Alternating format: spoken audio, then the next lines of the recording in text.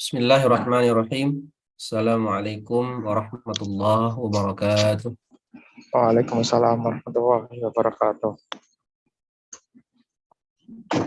Alhamdulillahi wa kafa wassalatu wassalamu ala nabiyil mustafa alladzi la yantiqu 'anil hawa in huwa illa wahyun yuha wa ala alihi ahli sidqi wal wafa amma ba'd.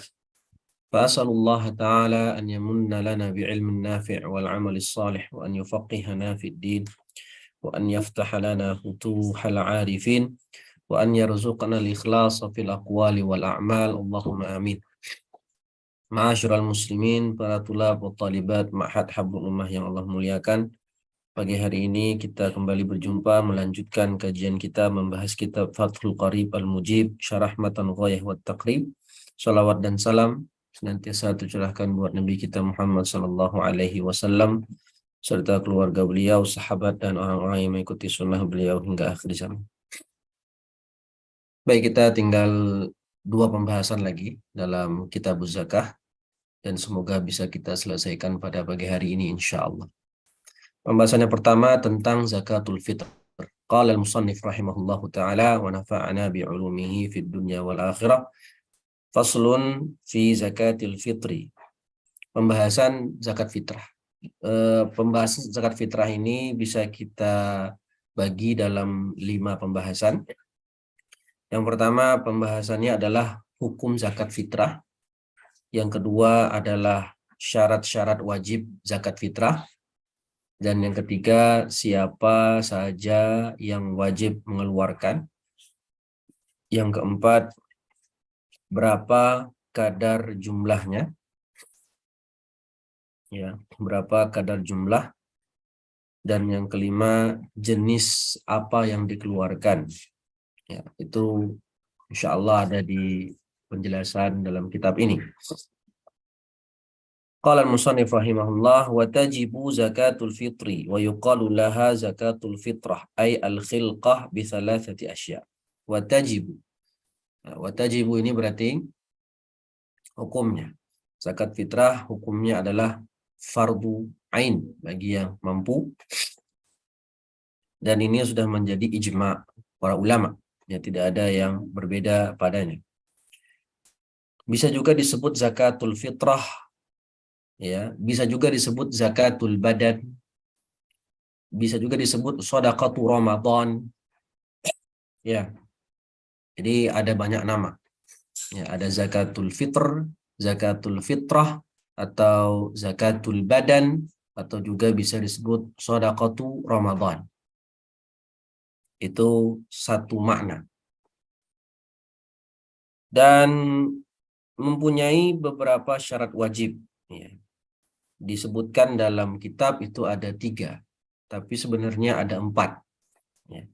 Yang pertama al-Islam fala fitrata ala kafirin asli illa fi raqiqihi wa qaribihil muslimin.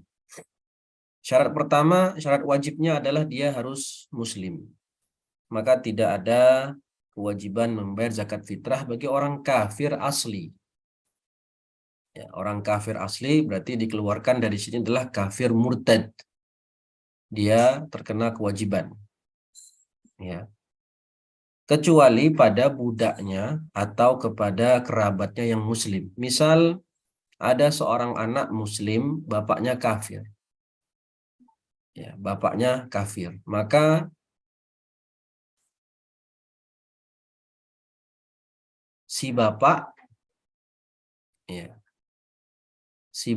itu bisa mengeluarkan zakat fitrah untuk anaknya. Ya, bisa mengeluarkan zakat fitrah untuk anaknya yang muslim. Atau seorang muslim punya budak. Seorang muslim punya budak, seorang kafir punya budak muslim. Maka orang kafir tadi dia mengeluarkan zakat untuk budaknya. Sedangkan untuk dirinya itu tidak ada kewajiban mengeluarkan zakat. Baik. wa bi ghurubi syamsi min akhir yaumin min syahri Ramadan. Ini syarat wajib yang kedua, terbenamnya matahari pada hari terakhir bulan Ramadan. Berarti tanggal 30 Ramadan atau tanggal 29 Ramadan. Wa hina idzin fatukhraju zakatul fitr amman mata ba'dal ghurub duna man wulida ba'dahu. Nah, maka dari situ fatukhraju zakatul fitr, wajib mengeluarkan zakat fitrah bagi siapa yang wafat setelah terbenamnya matahari, bukan yang lahir setelah terbenamnya matahari. Jadi maksudnya di sini syarat wajibnya adalah seseorang tadi mendapatkan Ramadan dan mendapatkan Syawal. Kalau dia mendapatkan dua-duanya, mendapatkan Ramadan, mendapatkan sebagian Ramadan, dan mendapatkan sebagian Syawal, maka dia terkena kewajiban zakat fitrah. Tapi kalau hanya mendapatkan satu saja, hanya mendapatkan sebagian Ramadan, atau hanya mendapatkan Syawal saja, mendapatkan Syawal saja, maka dia tidak terkena kewajiban zakat fitrah. Maka dikatakan sama pensyarah Syekh Ibnu Qasim Al-Ghazi rahimahullah, barang siapa yang wafat setelah terbenam matahari, maka berarti orang ini mendapatkan Ramadan dan mendapatkan Syawal, maka wajib bayar zakat fitrah. Karena wafatnya setelah terbenam matahari, artinya sudah tiba Syawal. Beda dengan orang yang lahir setelah terbenam matahari. Artinya dia tidak mendapatkan Ramadan karena dia baru lahir setelah Syawal tiba. Maka tidak terkena kewajiban zakat fitrah.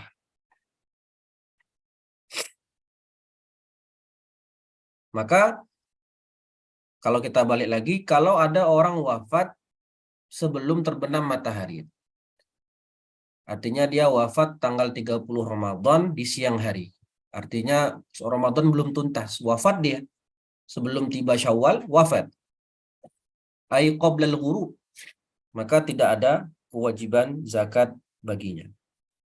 Tapi kalau dia lahir qoblal ghurub, wulida qoblal ghurub, lahir sebelum terbenam matahari, maka dia terkena kewajiban zakat karena dia mendapatkan Ramadan dan juga mendapatkan Syawal. Contoh lain, man aslama ba'dal ghurub. Orang masuk Islam setelah terbenamnya matahari, masuk Islam setelah tiba Syawal. Apakah ada kewajiban zakat untuknya? Tidak. Karena dia hanya mendapatkan Syawal, tidak mendapatkan Ramadan. Berbeda kalau dia aslama qoblal ghurub. Kalau dia masuk Islam sebelum terbenam matahari, maka dia terkena kewajiban zakat fitrah. Dari sini kita tahu bahwasannya janin itu apakah ada zakat fitrahnya janin?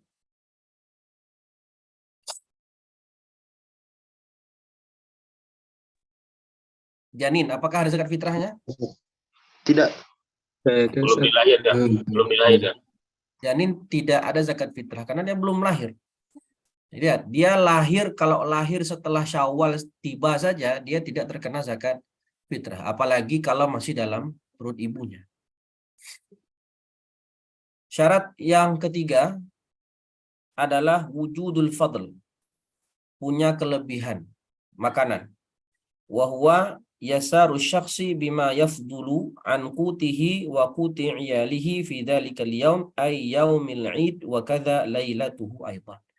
Dia punya kelebihan makanan untuk dia dan keluarganya yang menjadi tanggungannya selama 24 jam pada hari Id dan pada malam Id.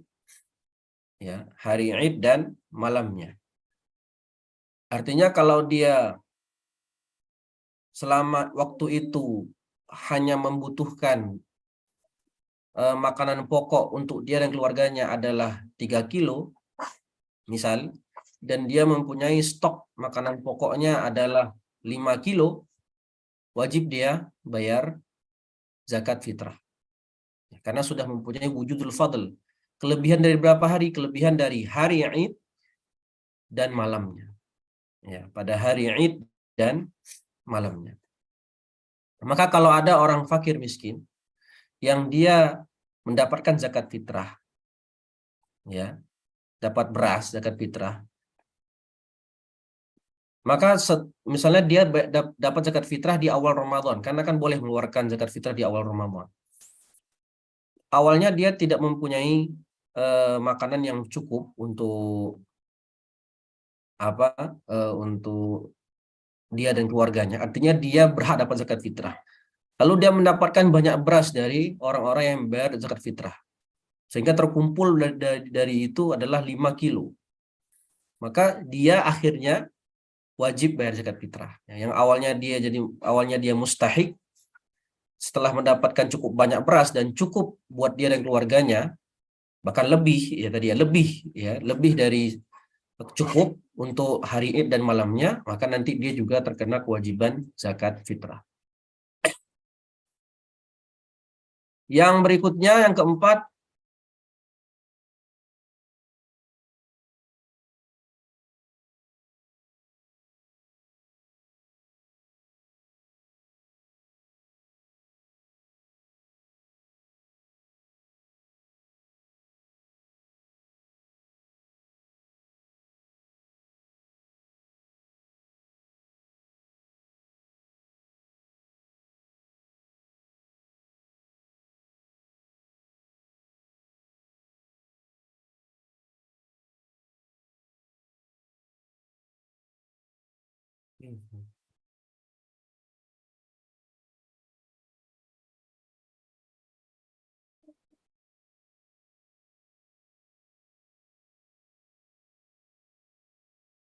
yang syarat keempat yang tidak ada di kitab adalah hurriyah, merdeka.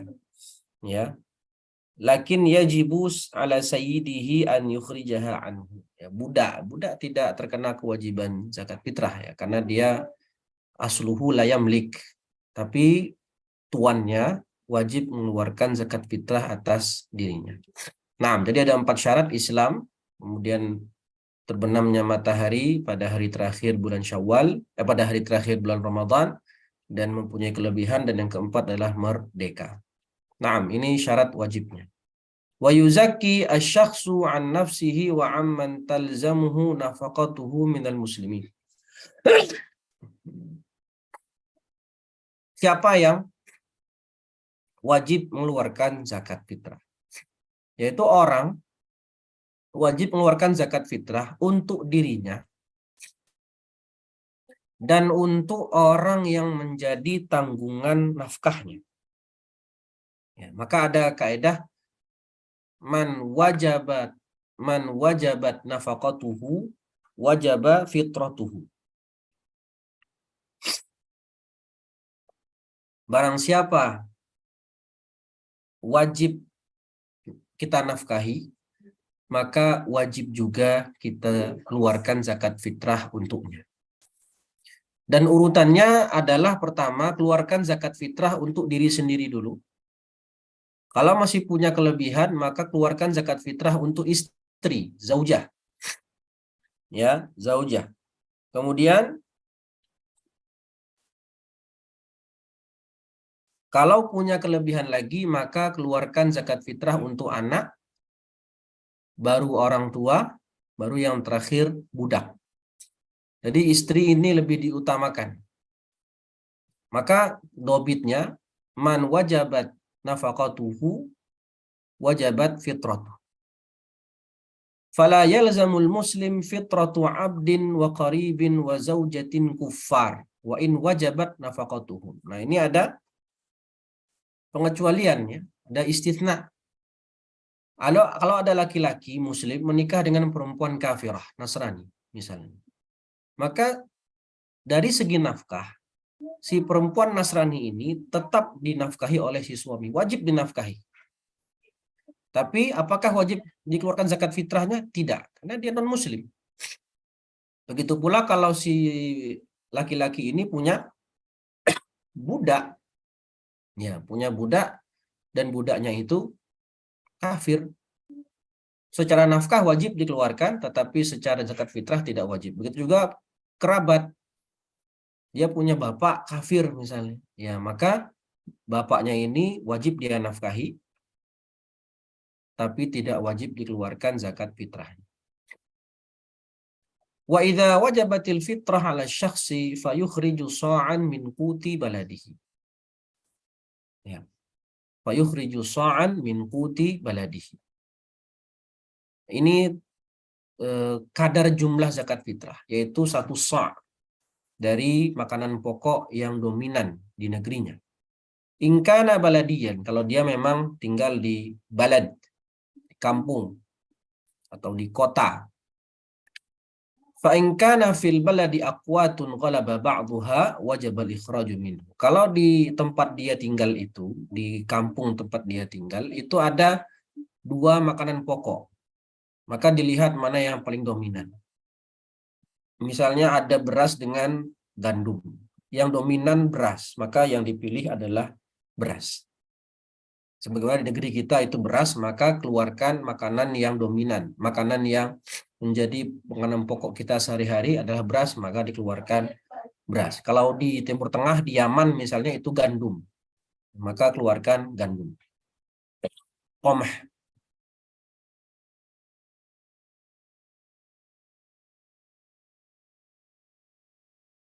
Terus walau kana asyakhsu fi badiyatin la quta fiha. Lah kalau dia orang nomaden, ya tinggal berpindah-pindah gitu. Nggak tahu zaman sekarang masih ada nggak orang yang nomaden seperti itu, pindah-pindah. Kalau dulu kan di Jazirah Arab itu badui-badui itu yang tinggal di pinggiran kota Madinah atau pinggiran kota Makkah, yang mereka tinggal dengan tenda-tenda. Ya, tinggal dengan tenda-tenda, atau kayak dulu di zaman suku-suku Turki ketika sebelum berdirinya Utsmaniyah, Daulah Utsmaniyah, itu mereka suku-suku Turki itu nomaden, berpindah di satu tempat ke tempat-tempat yang lain. Itu kalau dia tinggalnya sifatnya seperti itu, bukan di Korea atau di Madinah, maka in kana syakhsu fi badiyatin la quta fiha, ya tidak diketahui ini apa kutnya, akhraja min quti aqrabi bilad ilaihi, maka keluarkanlah zakat fitrahnya berupa makanan pokok negeri yang paling dekat dengan posisi mereka sekarang. Ya, kalau ternyata mereka lebih dekat ke Yaman misalnya, maka keluarkan zakat fitrahnya berupa gandum. Kalau mereka dekat ke Nusantara, misalnya ke Indonesia, maka keluarkan zakat fitrahnya berupa beras. Wahakada. Wa man lam yusir bi sa' bal bi ba'dihi lazimahu dzalikal ba'd. Kalau dia kan tadi 1 sa' itu berapa mud? 1 sa' itu 4 mud. Dan 1 mud itu 0,6 kilogram. Ya, 0,6 kilogram. Berarti 1 sa' lebih kurang sekitar 2,4 kilo. Ada yang mengatakan 2,75 kilo. Ya, 2,75 kilogram. Kalau Hanafiyah itu mengatakan 3,8 kilo. Tapi Jumhur dan Syafi'iyah mengatakan, ini juga disebutkan dalam kitab Al-Imta' itu 0,6 kilogram 1 mud, sehingga kalau 4 mud alias 1 sa' itu 2,4 kilogram. Nah, kalau dia tidak punya 1 sa', dia punya setengah sa'. Dia hanya punya setengah sa'. Apakah terkena kewajiban juga? Dia punya kelebihan makanan tapi cuma setengah sa'. Apakah wajib keluarkan zakatnya? Lazimahu dzalikal ba'd. Wajib dia keluarkan. Tetap wajib. Ya, tetap wajib dia keluarkan. Kenapa? Fattaqullaha mastata'tum. Al-maisur la yasqutu bil ma'sur. Wajib dia keluarkan. Atau tadi, dia punya 4 anggota keluarga, suami, istri, anak, dan anak. Dia hanya punya kelebihan makanan untuk zakat dia sendiri. Ya, dia cuma punya 1 sa' kelebihan, dan itu zakatnya buat siapa? Ya buat dia dulu. Buat si muzaki dulu, si suami. Sisanya istri dan 2 anaknya apakah dizakatkan? Tidak ada. Kenapa? Karena dia cuma punya jatah 1 sa' saja, tidak punya kelebihan yang lain. Dan jumlah dan kadar 1 sa' khamsatu artalin wa thuluthun bil Iraqi wa sabaqa bayanu rital al-Iraqi fi nisab az-zuru', yaitu sudah kita sebutkan dalam pembahasan zuru' dan lebih kurang 2,4 kg atau 2,75 kg. Pembahasan terakhir yang tidak ada dibahas dalam kitab yaitu pembagian waktu-waktu mengeluarkan zakat fitrah. Jadi ada 5. Pertama ada waktu wujub. Waktu membayar zakat fitrah itu adalah waktu wajib. Kapan waktu wajib itu? Bi ghurubis syamsi akhiru yaumi Ramadan. Dengan terbenamnya matahari pada hari terakhir Ramadan. Itu waktu wajib. Waktu yang kedua adalah waktu sunnah. Waktu sunnah kapan? Ba'da tulu'il fajri ila qabla salatil id. Setelah terbit fajar alias waktu subuh sampai sebelum salat id dilaksanakan. Ini waktu yang paling afdal untuk mengeluarkan zakat fitrah. Yang ketiga, waktu jawaz. Waktu boleh. Kapan? Min awwali Ramadan. Sejak awal Ramadan kita mau keluarkan zakat fitrah, silahkan. Tidak masalah. Yang keempat, waktul karahah. Itu ketika dikeluarkan zakat fitrah ba'da salatil id ila ghurubis syams. Mengeluarkan zakat fitrah kapan? Setelah salat id sampai nanti waktunya terbentang sampai terbenamnya matahari pada hari id, pada hari 1 Syawal. Dan waktu tahrim itu mengakhirkan zakat fitrah sampai selesai hari id dan tidak gugur baginya zakat fitrah. Kalau dia tidak bayar, dia mampu tapi tidak bayar, maka nanti dia wajib membayar pada hari berikutnya dan terhitung qadha. Terhitung qadha dan tidak gugur bagi dia kewajiban zakat fitrah. Wallahu a'lam bishawab. Waktu makruh tadi kapan Ustaz? Waktu karahah itu dari setelah selesai sholat id. Misalnya dia zakat fitrah jam 9. Kan sholat id kan jam berapa biasanya kita? 6:30 atau jam 7. Nah, kalau dia mengeluarkan zakat fitrah jam 9, alias setelah selesai sholat id dan sampai terbenamnya matahari pada hari id, itu waktu karahah. Ya, waktu karahah. Tapi sebelum kita lanjut, ada yang mau ditanyakan terkait zakat fitrah? Ustaz, tanya Ustaz. Terkait tadi kenanya kewajiban setelah ada 1 hari ya, utama makanan. 1 hari Ya. itu misalkan zakatnya 2,4 kilo. Maksudnya kan minimal 24 kilo kita punya cadangan kan? Bukan 4,8 gitu. Bukan? Bukan 4,8. Cadangan itu kan kita misalkan hari ini zakat fitrah 2,4 ada cadangan. Jadi kita keluarkan jadi 0 kan? Atau 4,8 setelah dikeluarkan ada cadangan untuk 1 hari ke depan 2,4 gitu. Ya, intinya ada kelebihan makanan. Jadi kalau di rumah kita punya 10 kilo, kita punya beras di rumah 10 kilo. Taib. Nah, itu cukup nggak untuk sehari hari Id dan malam Id? Hari Id dan malamnya. Apakah cukup untuk keluarga? Misalnya kita 4 orang. Suami, istri, anak 2. 10 kilo cukup nggak untuk makan anak istri? Cukup kalau 4 orang. Maka sisanya ada lebihnya kan? Ada lebihnya tuh. Misal cukup buat sehari semalam itu, hari Id dan malamnya itu butuh 2 kilo makan. Maka tersisa 8 kilo. Zakat fitrah. Keluarkan zakat fitrah. Gitu Pak Abdurrahman. Kalaupun dia hanya punya 1 kilo lebihnya, sisa 1 kilo lebih, tetap keluarkan zakat. Untuk dirinya sendiri. Meskipun tidak sampai 1 sok. Gitu nggih, Pak? Kalau zakat uang gimana? Nggih. Ya. Pak Ahmad. Kalau zakat uang itu bagaimana Ustaz? Terus kalau orang yang murtad terus kembali kepada Islam itu apakah dia wajib mengqadha zakatnya? Ya, pertama zakat uang itu jumhur ulama termasuk Syafi'iyah itu mengatakan tidak bisa. Jumhur ulama itu mengatakan zakat fitrah harus pakai makanan pokok min qutil balad. Hadza mu'tamad 'inda Syafi'iyah. Ya, kalau kita bicara Syafi'iyah, bahkan jumhur itu harus pakai makanan pokok. Tapi Hanafiyah membolehkan dan diikuti oleh beberapa ulama lain seperti Ibnu Taimiyah dan kalau tidak salah Sufyan Ats-Tsauri dan lain-lain. Banyak ulama juga yang membolehkan mengeluarkan dengan uang.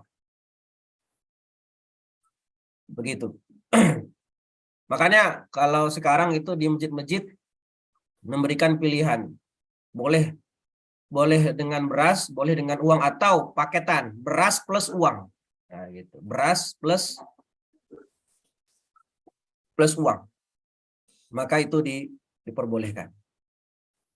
Ada yang mengatakan kalau mau zakat uang, maka harus menyesuaikan dengan kriteria zakat Hanafiyah. Karena Hanafiyah satu sa' itu 3,8 kilo. Bukan 2,75 atau 2,4. Kalau mau mengikuti zakat uang Hanafiyah, maka ikuti takaran Hanafiyah. Ada yang bilang demikian. Gitu. Wallahu a'lam. Baik Ustaz. Gitu.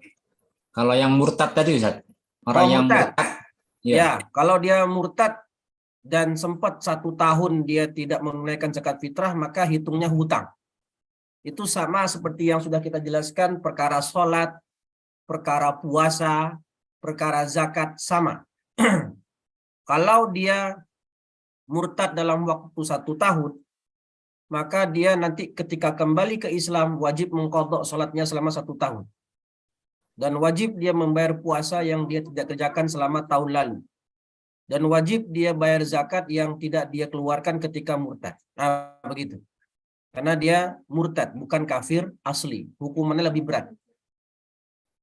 Karena murtad ini termasuk jinayat, kriminal dalam Islam. Bukan perkara kebebasan beragama. Sebagaimana klaim sebagian orang. Nah, gitu. Gitu nggih Pak, wallahu a'lam. Iya Ustaz. Tanya Ustaz, Nggih. ini Ustaz tentang zakatnya orang nomaden tadi itu. Ini zakatnya yang nomaden itu tergantung dia lebih dekat di wilayah mana gitu Ustaz ya. Ini termasuk ini Ustaz, misalnya ada teman-teman yang safar agak jauh kan. Sekarang ada yang naik sepeda sampai ke mana kan gitu. Nah, itu lebih utama dia zakat dengan karena dia sudah sampai negara itu, dia zakat dengan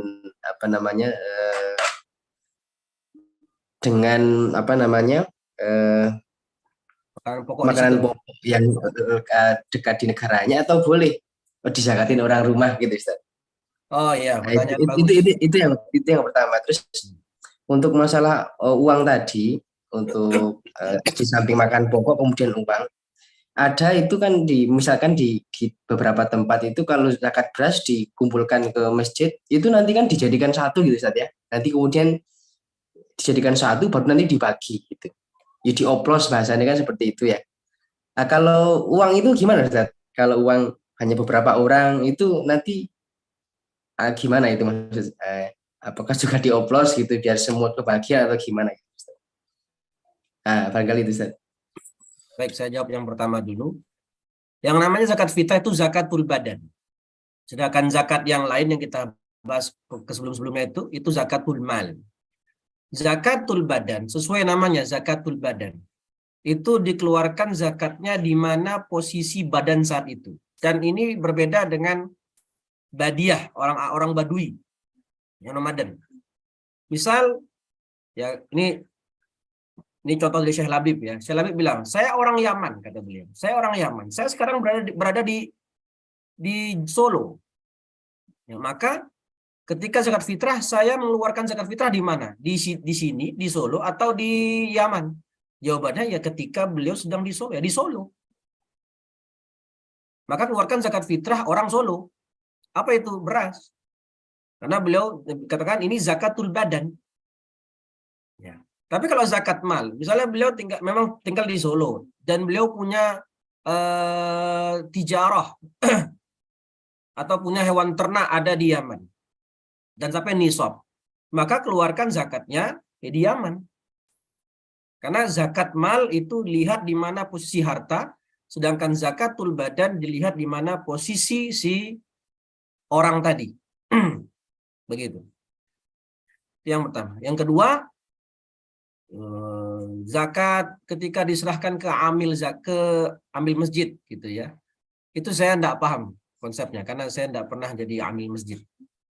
Ya, jadi intinya kita ya mungkin saja dia membagi-bagi ke masyarakatnya itu sesuai dengan apa namanya? Sesuai dengan takaran masing-masing. Misalnya satu orang, misal di keluarga ini ada 2 orang, misalnya suami istri saja yang miskin, maka diberikan 2 gitu.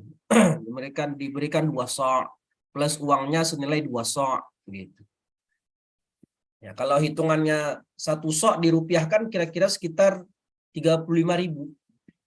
Ya, maka diberikan 2 sok plus uang 70.000. Tapi secara detailnya saya kurang paham karena saya tidak tahu bagaimana kinerja amil masjid ya, bukan amil zakat itu, bukan amil zakat dalam artian yang terkena yang boleh dapat zakat fitrah, tapi itu amil masjid. Afdolnya kalau mau kita keluarkan sendiri, kita cari orang fakir sendiri, ya kemudian kita keluarkan zakat fitrah sendiri. Itu biar lebih yakin, ya lebih yakin kalau zakat fitrah kita tepat sasaran begitu. Begitu ya Mas Agung. Ya Ustaz, syukur Ustaz. Nah, kita teruskan satu pembahasan lagi yaitu masharifuz zakah. Orang-orang yang mendapatkan zakat. Wa tudfa'u zakatu ilal asnaf ats-tsamaniyah alladzi dzakarahumullahu ta'ala fi kitabihil aziz fi qaulihi ta'ala innamas shadaqatu lil fuqara'i wal masakin wal 'amilina 'alaiha wal mu'allafati qulubuhum wa fir riqab wal gharimin wa fi sabilillah wa ibnis sabil ila akhir. Wa huwa zahirun ghaniyun 'anil syarhi illa ma'rifatul asnaf. Ini dalilnya. Allah menyebutkan kata-kata innama. Ini menunjukkan al-hasr, yufidul hasr. Artinya zakat hanya boleh diberikan kepada 8 golongan ini saja. Sisanya yang tidak masuk 8 golongan ini tidak boleh ditunaikan zakat kepada mereka. Bukan tidak boleh, bahkan tidak sah. La yasih wa la yujzi. Golongan yang pertama al-faqir fi zakah wa huwa alladhi la mala lahu wa la kasba yaqa'u mawqi'an min hajatihi amma faqirul araya fa huwa man la naqda biyadihi. Ya, orang fakir ini orang yang tidak punya harta dan tidak punya pekerjaan. Satu. Atau dia punya pekerjaan tapi penghasilan yang dia dapatkan itu jauh dari kebutuhannya. Misal dia butuh dalam 1 bulan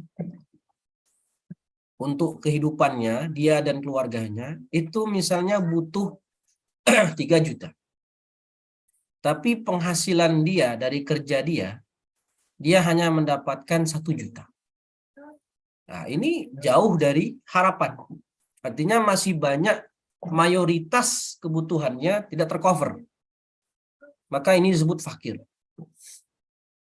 Ya, disebut fakir. Sedangkan fakir al-araya di sini, ya ini yaitu orang yang tidak mempunyai uang di tangannya. Ini pembahasan araya itu di bab muamalah nanti, jual beli araya. Ya, jual beli araya yang mana membeli rutab dengan tamr dengan cara dikhars, dikira-kira oleh ahlinya. Nah, ini asalnya riba tapi dikecualikan oleh Nabi dan dibolehkan lil hajah. Ala kulli hal, di sini kita membahas fakir, definisi fakir dari asnaf yang 8. Yang kedua, miskin. Man qadara ala malin aw kasbin yaqa'u kullun minhuma mawqi'an min kifayatihi wa la yakfih kaman yahtaju ila 10 darahim wa indahu 7. Nah, ini orang miskin, dia bisa bekerja, dia punya kasb, dia punya harta, tetapi belum mencukupi kebutuhannya. Alias dia misalnya butuh Dicontohkan di sini, dia butuh 10 dirham untuk kebutuhannya, tapi dia hanya mendapatkan 7 dirham. Ya. Misal kalau tadi contohnya dia butuh 3 juta rupiah untuk kehidupannya, tapi dia hanya mempunyai 2 juta rupiah dari penghasilannya. Nah, ini orang miskin. Sehingga kita tahu di sini orang fakir itu keadaannya lebih buruk daripada keadaan orang miskin. Ya. Maka berapa takaran zakat yang diberikan kepada fakir miskin? Takaran zakat yang diberikan adalah yu'ta minaz zakah kifayatul umril ghalib. Diberikan zakat kepada mereka berapa kadarnya? Yaitu kira-kira yang mencukupi sampai sisa hidup mereka. Secara umum kan orang usianya 60 tahun atau 70 tahun. Maka diberikan zakat untuk bisa mencukupi kehidupannya sampai usia 60 atau 70. Di sini maksudnya bukan diberikan uang sangat banyak supaya cukup sampai dia mati, umur 60 tahun. Bukan. Tapi maksudnya adalah diberikan, misalnya dia orang miskin, tapi dia punya keterampilan. Kalau dia misalnya penjahit, dia punya keterampilan menjahit, maka kita belikan dia mesin jahit. Kita bangun untuknya ruko untuk menjahit. Kalau dia punya keterampilan memasak, kita bikinkan baginya rumah makan, misalnya, untuk bisa dia dagang, bikin warteg. Ya. Artinya diberikan fasilitas supaya dengan itu dia bisa mencari nafkah dengannya. Oke. Kalau dia tidak punya keterampilan, tidak punya pekerjaan dan tidak bisa bekerja, maka kita berikan kepadanya rumah atau tanah untuk dia sewakan. Nanti dengan begitu dia bisa mendapatkan nafkah dari sewa tadi, sewa rumah atau sewa tanah. Ini maksud dari bahwasannya diberikan zakat, yu'ta minaz zakah kifayatul umri al-ghalib. Begitu. Dengan begini harapan kita ketika dia diberikan modal untuk berusaha, untuk mencari nafkah, harapannya nanti tercukupi kebutuhannya, bahkan harapan kita kalau bisa bertahun-tahun kemudian dia justru menjadi muzaki, tidak lagi menjadi mustahik. Wal amil man ista'malahul imam ala akhdhi sadaqat wa daf'iha li mustahiqiha. Amil yaitu yang menjadi petugas resmi dari pemerintah untuk mengambil zakat dan membagikannya kepada masyarakat. Zakatnya berapa? Amil zakatnya sekedar gaji, rotib. Karena kan dia seperti pegawai pemerintah yang diwajibkan untuk mengambil zakat lalu menyimpannya dan membagi-bagikannya kepada mustahik. Maka zakat yang diberikan untuknya adalah sesuai gaji. Kira-kira gaji yang pas buat dia berapa? 3 juta atau 5 juta. Nah begitu. Apakah masih ada amil sekarang? Masih ada nggak amil sekarang? Dalam artian yang seperti ini. Ada amil zakat.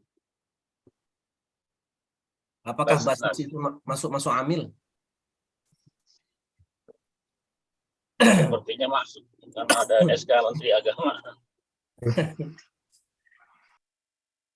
Iya. Saya kok ya itu amil zakat itu tidak ada kuasa untuk menarik zakat ke kita. Nah, kayak dulu kan wajib ditarikin, didata nanti mana yang sudah terkena zakat datang dia.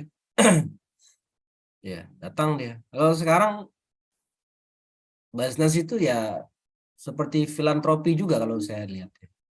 Tidak ada datang ke rumah-rumah atau mengambil zakat dari orang-orang kaya itu tidak ada. Jadi siapa yang mau zakat silahkan, nah gitu. ya nggak? Ada nggak kita didatangi sama amil zakat? Ya undang-undangnya belum memaksa sih. Belum memaksa Iya, untuk narik baru zakat.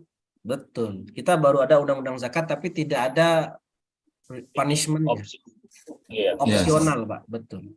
Terus ada yang bilang juga Ustadz, katanya kalau itu kan tidak dibentuk oleh pemerintah Ustadz, itu nggak sah gitu Ustadz. Apa betul Ustadz? Maksudnya nggak sah gimana? Karena mereka itu tidak dibentuk secara resmi oleh apa ya Ustadz ya? Oleh pemerintah Islam gitu Ustadz. Itu gimana Ustadz? Siapa? Basnas. Enggak, yang apa namanya amil-amil zakat di kampung itu Ustadz. Oh iya. Bukan tidak sah. Secara syarat sah zakat sah saja. Tapi dia tidak bisa disebut amil dan berhak dapat zakat. Iya. Jadi kalau kita serahkan zakat ke mereka, ya itu kan biasanya amil zakat di masjid itu kalau Idul Fitri doang.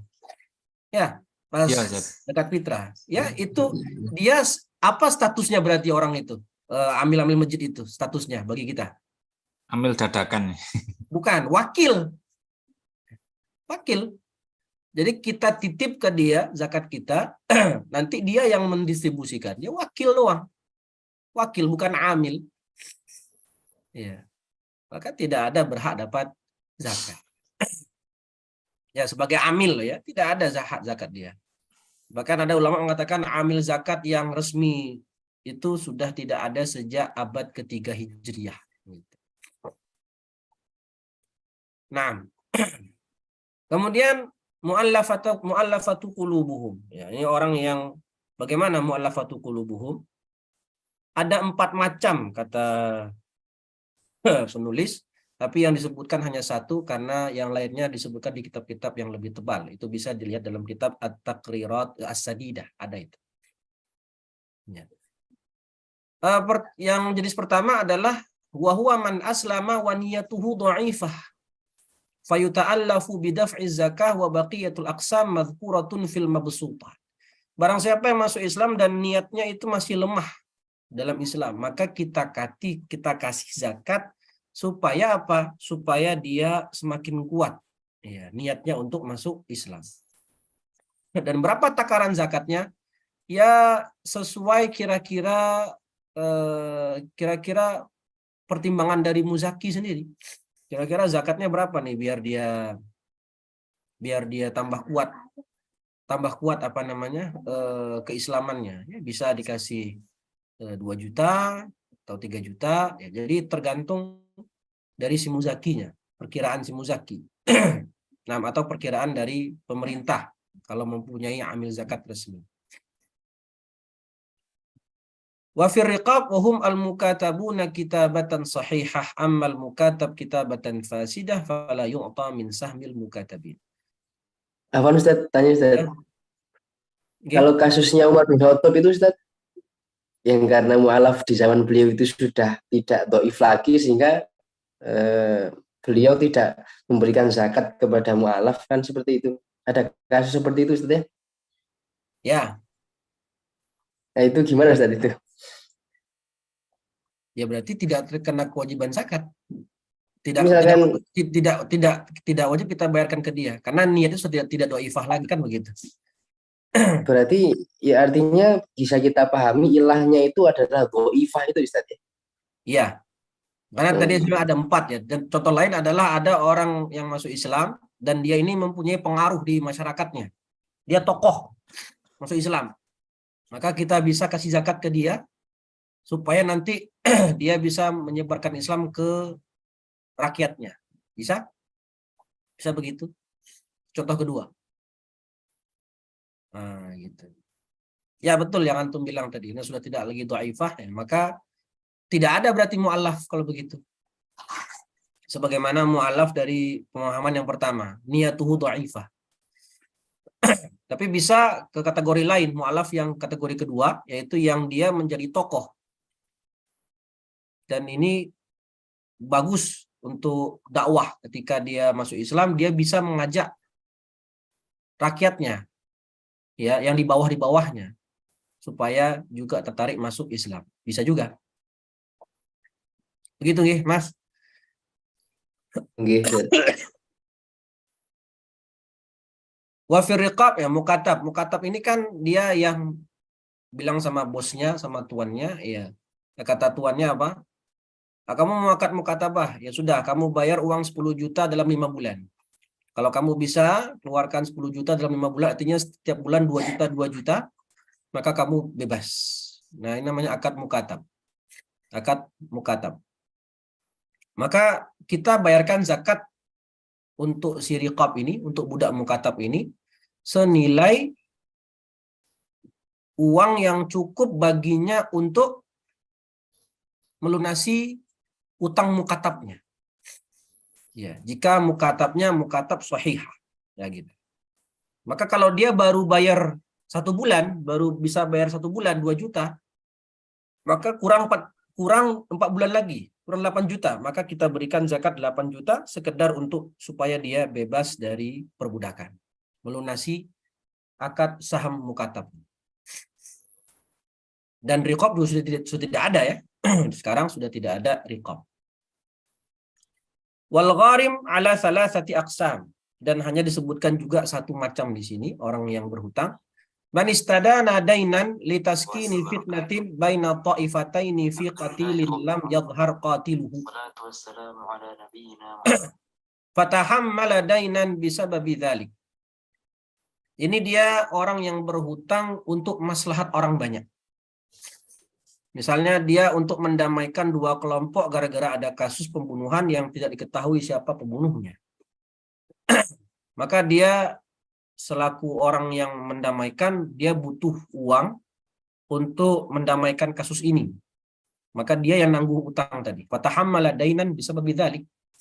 Fayuqda dainuhu min sahmil gharimin. Maka meskipun orang yang melakukan ini orang kaya, asalkan dia tadi yang menjadi orang penengah yang mendamaikan kasus itu, dan dia berhutang, dan dia mengambil hutang untuk mendamaikan kasus itu, maka bisa dia mendapatkan harta zakat sebagai gharim untuk melunasi hutang tersebut. Hatta wa in kana ghaniyan. Contoh yang berikutnya adalah ya orang yang berhutang untuk dirinya sendiri. Orang butuh duit. Ya, dia berhutang, maka nanti kita bayarkan zakat untuk melunasi hutang-hutang. Ghaniyan kana aw faqiran wa inna ma yu'tal gharim 'inda baqa'id dain fa in addahu min malihi aw dafa'ahu ibtida'an lam yu'ta min sahmil gharimin. Kalau dia belum bayar utang dan utangnya masih ada, baru dia dapat zakat selaku gharim. Tapi kalau dia sudah membayarkan utangnya dengan hartanya ibtida'an, maka tidak berhak untuk mendapatkan zakat utang, kecuali kalau dia memang berniat dia ingin mendapatkan zakat gharim, maka dia bayar dulu sementara dan diniatkan supaya dapat harta dari zakat gharim, maka tidak masalah, tetap bisa dapat. Wa baqiyatu aqsamil gharimin fi al-mabsutah. Nah, tidak boleh kita memberikan zakat kepada orang berhutang kalau dia berhutangnya untuk maksiat. Duit, dia berhutang untuk apa? Ya untuk main judi slot misalnya. Nah, dia berhutang. Maka kalau hutangnya itu untuk maksiat, maka tidak bisa kita bayarkan zakat kepadanya. Asalkan tadi, kenapa? Karena utang yang dia lakukan adalah hutang untuk perkara maksiat. Wa amma sabilullah fahum al-ghuzah alladzi la sahma lahum fi diwanil murtaziqah bal hum mutatawwi'una bil jihad. Nah, ini sabilillah ini menurut mazhab Syafi'i dan juga kebanyakan ulama termasuk Syekh Yusuf Al-Qardawi dalam bukunya Fiqhuz Zakah, yaitu tentara yang istilahnya tuh tentara mutatawwi', apa bahasanya itu? Mutatawwi' itu Sukarela, Sir. ya, sukarela. Ya, bukan tentara resmi. Bukan, kalau kita bukan TNI. Tentara sukarelawan. Bukan tentara resmi yang terdaftar di negara dan mereka dapat gaji tiap bulan dari negara. Bukan. Jadi tentara mutatawwi' yang berjuang fi sabilillah membela agama Islam. Jadi kita berikan zakat kepadanya untuk dirinya selama dalam perang dan juga untuk keluarga yang ditinggalkan. Nah, begitu. Mohon maaf, Ustaz. Nyambung, Ustaz. Saya pernah lihat ada kiai atau ulama mengatakan fisabilillah sehingga mereka kadang dikirimi oleh masjid zakat fitrah itu gimana Ustaz? Itu masuk enggak Ustaz kriteria itu? Oke. Katanya dari Imam Al-Qafal atau siapa gitu kalau ditanya Ustaz. Ya, betul. Memang ada. Memang ada pendapat demikian. Kalau saya katakan ini pendapatnya kurang tepat. Karena kalau kita luaskan maknanya seperti itu, guru ngaji dapat, muazin dapat, kiai dapat. Ya, fisabilillah. Karena mereka penuntut ilmu. Kalau penuntut ilmu itu ada pembahasannya. Karena dia misalnya kalau dia fokus untuk ilmu dan kalau nanti dia bekerja sambil belajar itu akan mengurangi konsentrasinya. Maka fisabilillah ini, dan ini juga disebutkan oleh Syekh Yusuf Al-Qaradawi dalam kitabnya Fiqhuz Zakah, dia lebih menguatkan fisabilillah ini adalah satu orang ini saja, yaitu tentara yang berperang fisabilillah dan dia mutatawwi', bukan tentara resmi. Maka dia yang wajib mendapatkan hak zakat. Sedangkan kiai, guru ngaji, muazin dan lain-lain itu dia tidak mendapatkan zakat dari sisi dia sebagai guru ngaji atau muazin atau yang lain. Ya. Tapi mendapatkan dari sisi kalau dia fakir atau miskin atau gharib. Karena kalau diluaskan maknanya, dan ini juga termasuk pendapat ulama kontemporer seperti siapa tuh muftinya Mesir sebelumnya? Siapa? Mufti Mesir? Ali Jum'ah, Dr. Ali Jum'ah. Ya. Dr. Ali Jum'ah. Tapi saya pribadi lebih mendapat sebagaimana yang dikuatkan juga oleh Yusuf Qaradawi dan ulama yang lain, itu fokus hanya kepada tentara mutatawwi', bukan kepada yang lain. Karena kalau diluaskan maknanya menjadi sia-sia kalimat innama. Kan innama itu lil hasr, terbatas. Jadi fisabilillah ini tidak diluaskan. Memang ada pendapat ulama seperti Imam Qafal dan lain-lain. Kalau mereka berpendapat demikian, nah silahkan. Mengatakan ada pendapat lain, tidak masalah. Tapi kalau saya pribadi itu lebih menguatkan dan juga dikuatkan oleh pendapatnya mengutip pendapatnya Syekh Yusuf Al-Qaradawi dalam kitab Fiqhuz Zakah, itu tidak bisa diluaskan maknanya. Kalau Imam Qafal itu kitabnya apa Ustaz ya? Nggak paham saya. Ya, nggak paham. Saya sering tanya juga kok, banyak yang Ustaz, enggak jelas itu sebenarnya maksudnya. Sering dijadikan hujah tapi kitabnya kok enggak masyhur gitu maksudnya. Mungkin bisa nanti Pak Ahmad itu baca di kitab Fiqhuz Zakahnya Yusuf Qaradawi. Itu dijelaskan di situ. Beliau memang menyebutkan ada yang berpendapat demikian, diluaskan maknanya, dan beliau nanti kesimpulannya adalah tidak meluaskan. Tuh, Yusuf Qaradawi, coba dibaca di situ. Baik Ustaz. Okay.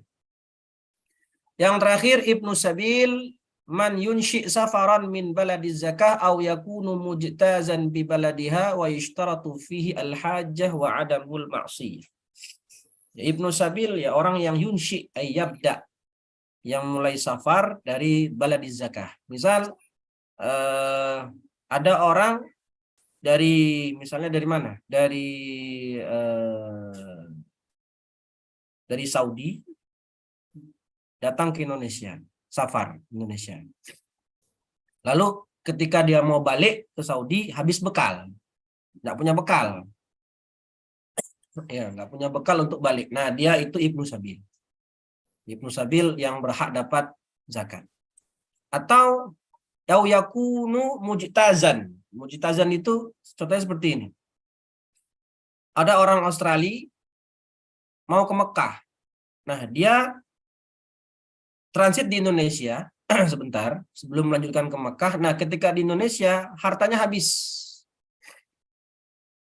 Entah kemalingan lah, atau hilang, atau ketinggalan, atau apa. Habis hartanya. Tidak bisa dia lanjut ke Mekah. Padahal dia pengen ke Mekah.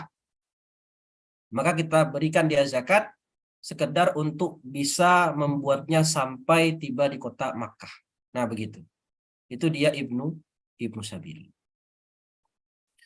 Baik. Wa qawluhu wa ila man yujad minhum ay al-asnaf fihi isyaratun ila annahu idza fuqida ba'dul asnaf wa wujida al-ba'du tusrafu liman wujida minhum fa in fuqidu kulluhum hufidatiz zakah hatta yujadu kulluhum aw ba'duhum. Ini mazhab Syafi'i ini agak syadid dalam pembagian zakat ya.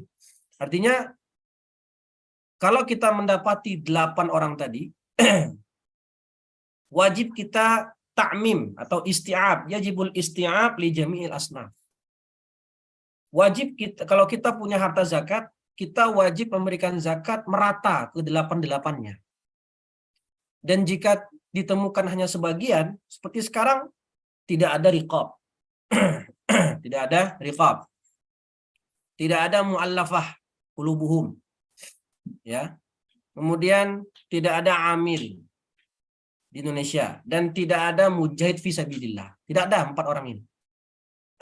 Maka kita tersisa 4 orang saja, fakir, miskin, gharim dan ibnu sabil. Maka kita wajib mengeluarkan zakat merata ke 4-4-nya. Ya, ke 4-4-nya.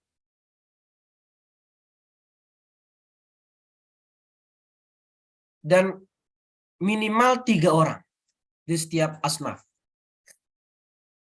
Ya, minimal 3 orang di setiap asnaf. Karena Allah berfirman pakai jamak. Innamas shadaqatu lil fuqara wal masakin. Nah itu, pakainya jamak dan minimal jamak adalah 3. Jadi kalau kita punya zakat 10 juta dan hanya ada 4 orang ini saja, 4 asnaf ini, maka kita bagi rata. Berapa berarti? Ya, berarti dibagi rata 2,5, 2,5, 2,5, 2,5. Nah, gitu. Pas 10 juta. Nggak boleh kita hanya membagikan zakat ke fakir miskin aja, nggak boleh. Ada menurut Syafi'iyah. Akan tetapi jumhur mengatakan boleh memberikan zakat. Nah, katakan di sini wala yaktasir fi i'ta'iz zakah, disebutkan wala yaktasiru fi i'ta'iz zakah ala aqal min 3 min kulli sinfin min al-asnaf ats-tsamaniyah illa al-'amil fa innahu yajuzu an yakuna wahidan in hasalat bihil kifayah wa idza sarafa al-itsnaini min kulli sinfin gharima lits-tsalits aqal mutamawwal wa qila yaghrumu lahu ts-tsulus. Jadi nggak boleh kita memberikan zakat hanya 1 asnaf saja. Untuk fakir doang atau untuk miskin doang, harus diratakan. Jadi kita harus mencari nih sebagai muzaki harus mencari sisa 4 asnaf tadi. Ya, di tempat kita tinggal. Nah, kalau misalnya, maksud kata-kata beliau wa idza sarafa li itsnaini min kulli illa al-amil. Amil boleh 1 orang. Amil boleh 1 saja. Ya juzu an yakuna wahidan. Jika sudah mencukupi kebutuhannya. Dan kalau jika dia mentasrifnya hanya ke 2 orang, min kulli sinfin, gharima lits-tsalits aqal mutamawwal. Saya lagi nih. Tadi saya punya harta zakat 10 juta dan saya bagikan sama rata ke 4 asnaf. 2,5, 2,5, 2,5, 2,5. Ke fakir 2,5, ke miskin 2,5, ke gharim 2,5 dan ke ibnu sabil 2,5. Ternyata di gharim itu cuma ada 2 orang. Gharim cuma 2 orang. Maka saya kasih setengah, saya kasih bagiannya, sisanya itu saya berikan kepada asnaf yang lain. Asnaf untuk menombok yang lain, untuk menambahkan ke yang lain. Saya ambil sisanya untuk saya berikan kepada fakir misalnya. Kepada orang fakir yang kurang. Ya begitu. Berapa? Berapa yang diberikan? Atau kalau saya cuma memberikan kepada 2 orang, itu yang ketiga dibayarkan zakat 1/3 dari harta zakat. Wakila yaghrumu lahu ts-tsulus. Ini yang mu'tamad adalah aqallu mutamawwal. Aqal mutamawwal. Minimal diberikan hanya cukup disebut sebagai harta. Jadi kalau hanya memberikan 2 saja, yang ketiga nggak dapat, itu yang ketiga kita kasih zakat seminimal disebut harta, 20.000 atau 10.000. Ala kulli hal, di sini yang menjadi poin adalah dalam mazhab Syafi'i itu harus mencakup seluruhnya, tidak bisa sebagian. Tetapi pendapat jumhur, diantaranya Hanafiyah, mengatakan boleh bagi kita untuk memberikan zakat kepada satu asnaf dan hanya satu orang dari asnaf tersebut. Ya, kenapa? Karena kalau kita wajib menyebarkan, meratakan seluruhnya, ini ada masyaqqah, ada kesulitan di sini, kesusahan kita nanti untuk meratakan zakat ke semua. Ya, dan ini juga diikuti oleh pendapat kebanyakan ulama Syafi'iyah. Dan mereka mengatakan, ada ulama Syafi'iyah mengatakan ada 3 masalah dalam zakat yang kita tidak taklid ke Syafi'i, taklidnya ke Hanafi. 1, isti'abuz zakah, maka tidak taklid ke Syafi'i, taklid ke Hanafi. Yang kedua, naqluz zakah, memindahkan harta zakat. Ya, memindahkan harta zakat itu dalam mazhab Syafi'i tidak boleh, sedangkan Hanafi boleh. Yang ketiga adalah memberikan harta zakat harus minimal 3 Syafi'iyah di setiap asnaf. Tapi dalam mazhab lain Hanafi mengatakan boleh 1. Jadi ada 3 masalah yang di sini ulama Syafi'iyah dalam bab zakat itu tidak taklid ke Syafi'iyah, tapi tidak taklid ke mazhab Syafi'i, tapi taklid ke mazhab yang lain. Ya, karena apa? Kalau taklid ke Syafi'iyah ini ada kesulitan untuk menjalankan. Wallahu a'lam bishawab. Ya. Sebenarnya ada sisa dikit lagi, yaitu orang-orang yang tidak mendapatkan harta zakat, yaitu orang kaya, budak, Bani Hashim dan Bani Muttalib, dan orang kafir. Orang kafir. Lalu orang yang wajib kita nafkahi itu tidak berhak dapat zakat. Orang yang wajib kita zakatkan, man wajabat alaika nafaqatuhu la yajuzu laka daf'u zakah ilaihi likaunihi faqiran au miskinan. Jadi nggak boleh kita memberikan zakat kepada kerabat, kepada orang yang wajib kita nafkahi, seperti seorang ayah memberikan zakat kepada anaknya, nggak bisa. Min babi kaunihi faqira au miskin. Kalau dia fakir miskin ya. Tapi kalau dalam jalur lain, dia orang kaya, dia gharib, seorang anak punya bapak, bapaknya punya hutang, bapaknya punya hutang besar. Maka si anak bisa membayarkan zakat untuk bapaknya sebagai gharib, bisa. Atau seorang suami punya istri, istrinya terkena hutang besar, terkena hutang, punya hutang. Maka suami bisa memberikan zakat kepada istri sebagai status istrinya adalah gharib, bukan sebagai fakir atau miskin. Jadi kalau orang yang kita nafkahi itu tidak boleh kita tunaikan zakat kepadanya dengan status dia sebagai fakir atau miskin. Tapi kalau status dia sebagai yang lain itu diperbolehkan. Ya, itu selesai kita bahas di sini. Bahas Kitabuz Zakah. Ya, insya Allah ujian nanti tanggal 30 ya. Ujiannya saya ambil saja dari ini, mulai dari pembahasan pengurusan jenazah. Pengurusan jenazah sampai akhir kitab zakat. Begitu para ikhwah sekalian yang Allah muliakan. Mohon maaf agak lebih sedikit demi menyelesaikan bab zakat pada kesempatan hari ini. Monggo, kalau ada yang mau ditanyakan silahkan. Izin bertanya, Ustaz. Nggih. Dari penjelasan ini yang 8 asnaf, saya kok berkesimpulan tadi seperti ada penakalan zakat ya, kayak ya sampai diberikan ke musafir, kemudian sebatas dia bisa pulang ke negerinya, kemudian lain sebagainya. Pertanyaannya, apakah boleh zakat fitrah? Ini kan pembahasan zakat fitrah kok hampir sama kayak zakat mal nganunya. Ya. Zakat fitrah itu kan beras, kemudian kalau diberikan kepada musafir kan tidak mungkin beras. Seperti ini sudah dinakel atau diuangkan gitu ya. Pertanyaan, apakah zakat fitrah yang terkumpul berapa ratus kilo itu kemudian diuangkan atau bagaimana mekanismenya? Itu pertanyaan pertama. Kemudian kedua, dari 8 asnaf ini kalau tadi di madhab Syafi'i minimal setiap asnafnya adalah 3 orang, kalau taklid ke yang lain boleh 1 orang tiap asnafnya.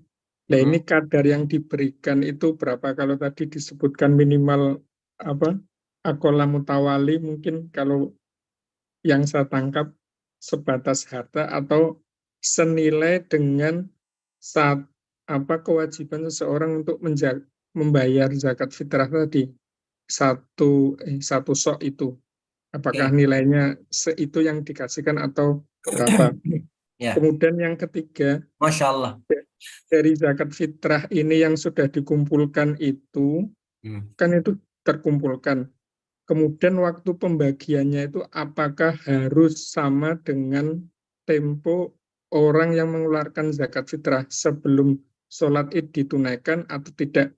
Kalau dari sini kan diberikan kepada seorang musafir kan berarti ada tempo untuk diendapkan gitu, disimpan dalam beberapa waktu. Terima kasih, Ustaz. Oke. Yang pertama tadi ini berarti pertanyaannya adalah zakat fitrah itu asnafnya berapa? Ya. Jadi Syafi'iyah mengatakan zakat fitrah itu asnafnya sama dengan asnaf zakatul mal, sama. 8 ini. Karena dia lafaznya umum, kata Allah innamas shadaqat lil fuqara wal masakin ila akhir. Ada juga yang mengatakan zakat fitrah itu hanya untuk 2 asnaf saja, yaitu fakir dan miskin. Karena hadisnya ada tu'matun lil fuqara kan begitu masalah. Ya. Maka di sini kalau kita pakai pendapat yang mutamat yaitu asnaf zakat fitrah juga yang 8 itu. Ya, masa kita kasih orang yang berhutang itu beras kan gitu ya. Iya, boleh saja kita kasih kepada orang yang berhutang beras, zakat fitrahnya misalnya. Ya. Nanti setelah kita berikan kepadanya, kan sudah di hak milik dia. Sudah di hak milik dia. Lalu nanti boleh dia jual untuk mendapatkan uang.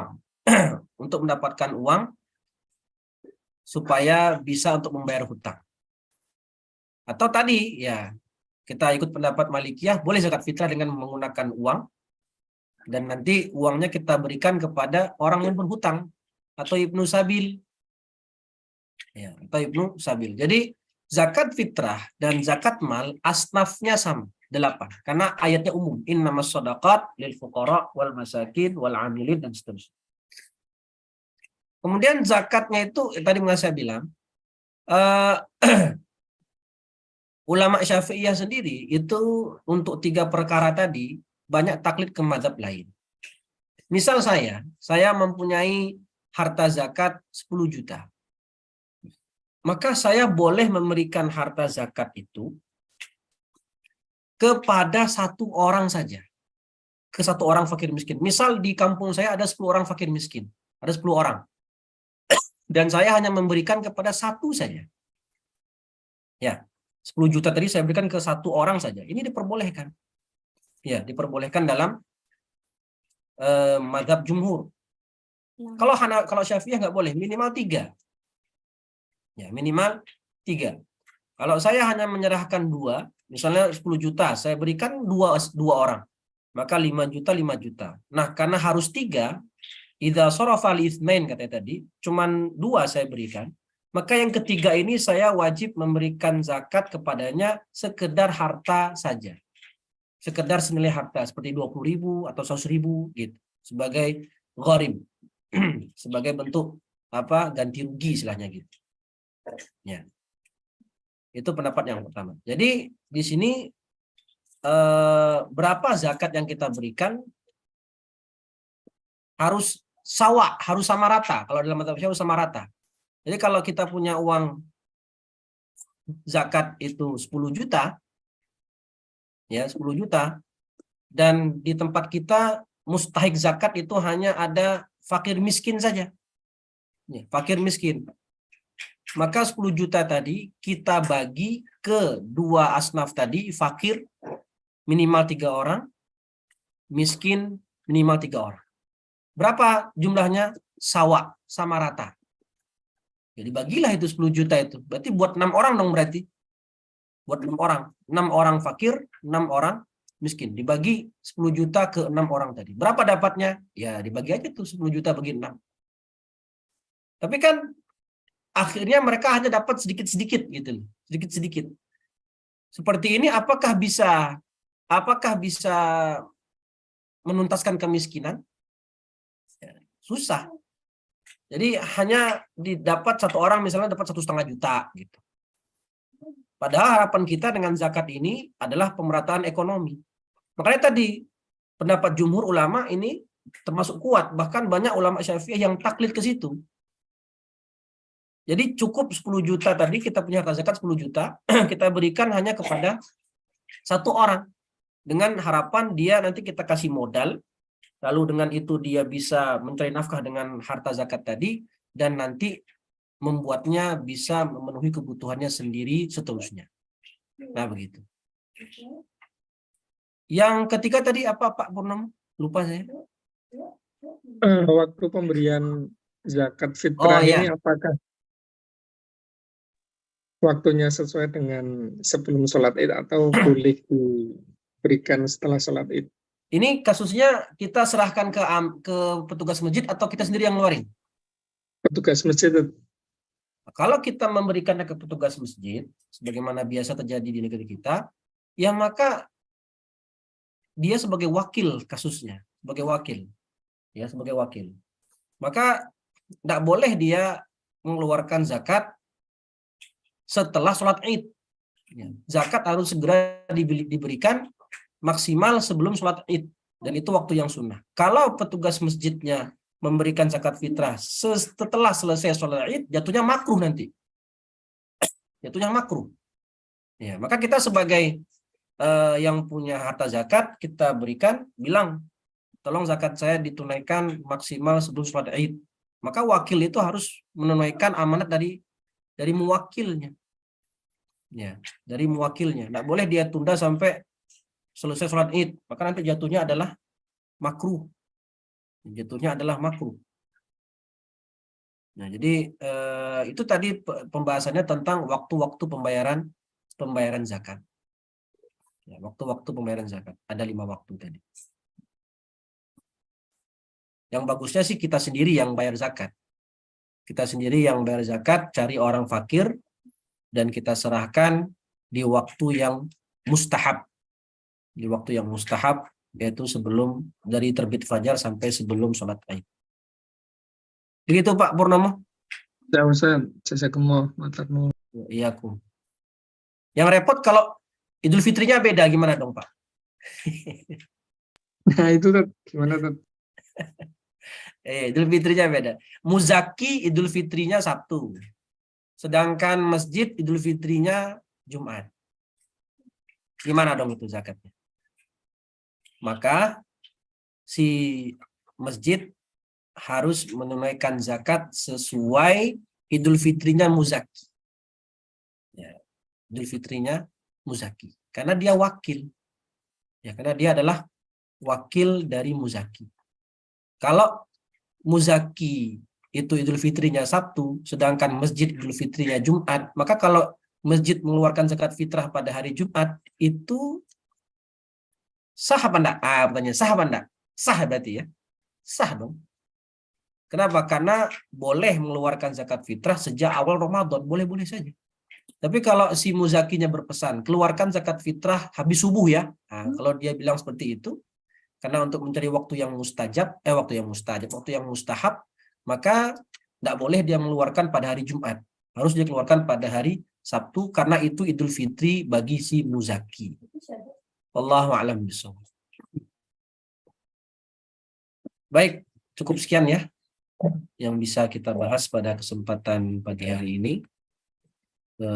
Insyaallah kita lanjutkan bulan depan. Insyaallah ujiannya temanya mulai dari jenazah sampai akhir bab zakat. Kurang lebihnya mohon maaf, kita cukupkan dengan bacaan hamdalah dan doa kafaratul majlis. Alhamdulillahirabbil alamin. Subhanakallahumma wa bihamdika asyhadu an la ilaha illa anta astaghfiruka wa atubu ilaih. Wallahu muwaffiq ila aqwamit thoriq. Assalamualaikum warahmatullahi wabarakatuh. Waalaikumsalam warahmatullahi wabarakatuh. Waalaikumsalam. Ya,